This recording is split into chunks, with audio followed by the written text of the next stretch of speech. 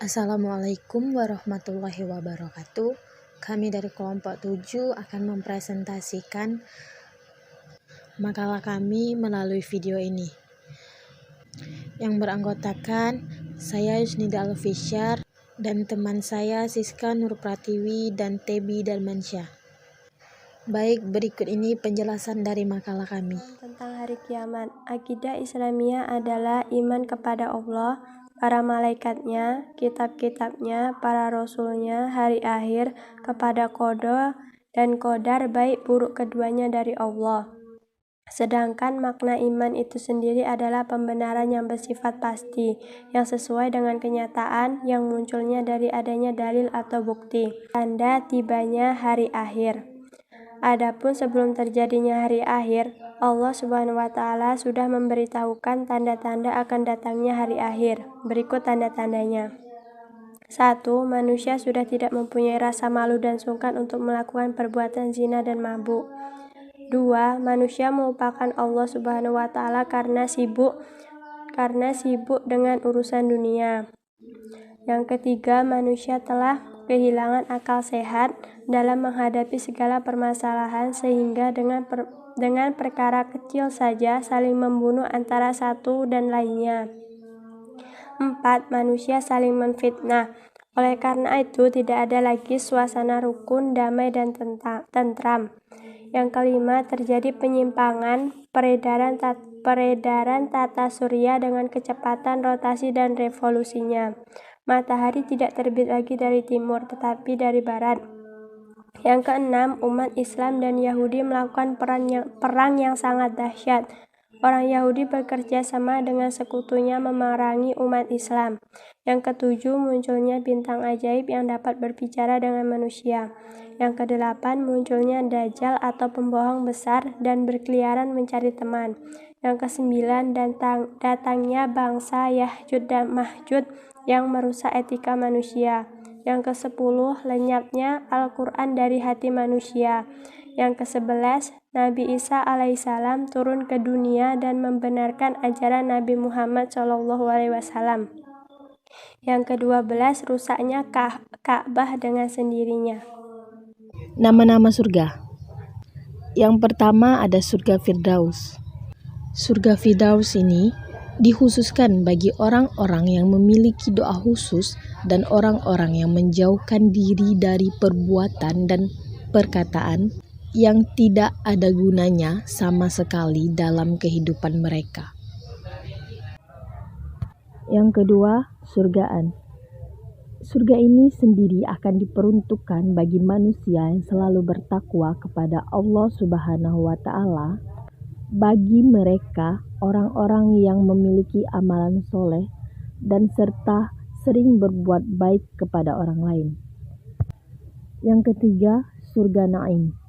Surga ini diperuntukkan untuk orang-orang yang semasa hidupnya senantiasa bertakwa kepada Allah Subhanahu wa Ta'ala dengan bersungguh-sungguh tanpa mengganggu kesalehannya dengan urusan duniawi. Yang keempat, surga Ma'wah. Surga ini diperuntukkan dari zamrud hijau sehingga orang-orang akan betah di dalamnya. Dan untuk manusia yang selalu beriman dan beramal soleh semasa hidupnya. Yang kelima yaitu surga Darussalam. Surga ini akan menjadi tempat bagi orang-orang yang senantiasa semasa hidupnya menjaga keislaman dan keimanannya kepada Allah Subhanahu wa Ta'ala. Yang ketujuh, surga Darul Muqamah. Surga ini diperuntukkan untuk orang-orang yang semasa hidupnya di bumi selalu bersyukur kepada Allah Subhanahu wa Ta'ala karena sudah tertuang dalam surah Al-Fahir ayat 35. Selanjutnya surga Al-Muqamul Amil. Keberadaannya diperuntukkan bagi orang-orang yang mempercayainya karena orang-orang yang di dalamnya tidak akan memiliki kekhawatiran atau ketakutan di dalam hati mereka. Dan terakhir surga Khuld. Disinilah tempat orang-orang yang selalu menjalankan perintah Allah Subhanahu wa Ta'ala dan menjauhi segala bentuk larangannya semasa hidupnya. Baik, selanjutnya pembahasan tentang jenis-jenis neraka. Yang pertama ada neraka hawiyah. Neraka ini akan dihuni oleh mereka yang semasa hidupnya tidak pernah berbuat kebaikan. Contohnya saja seperti wanita yang tidak menjalankan kewajibannya untuk menutup auratnya. Yang kedua, neraka jahim. Neraka ini akan dijadikan sebagai tempat siksaan bagi orang-orang yang pernah bermitra dengan Tuhan selama hidup di dunia.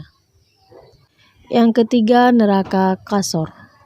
Neraka sakor akan dihuni oleh orang-orang yang tidak pernah mendirikan sholat dengan benar dan baik dan mengingkari perintah Allah Subhanahu wa Ta'ala. Yang keempat, neraka ladzo.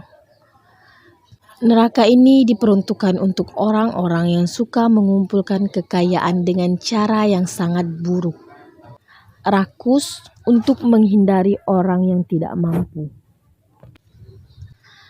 Yang kelima, neraka hudhama.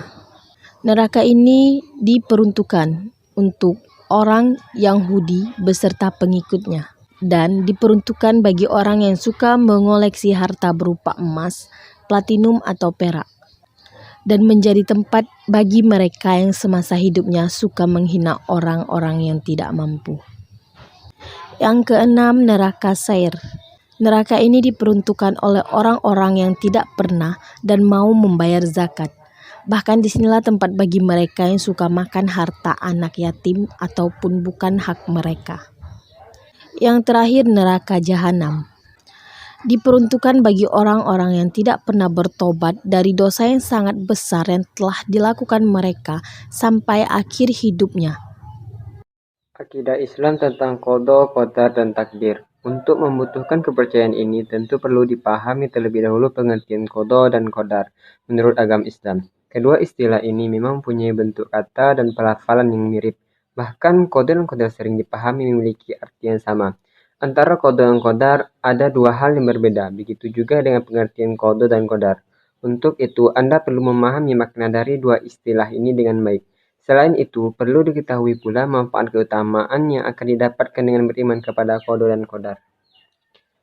Hubungan ikhtiar dan doa terhadap takdir. Takdir yang akan menimpa seseorang tidak bisa ditolak kecuali dengan doa. Umur seseorang tidak akan bertambah kecuali dengan melakukan kebaikan. Dan rezeki atau kebaikan akan diharamkan kepada seseorang karena dosa yang dilakukan. Ini hadis riwayat Ibnu Majah dan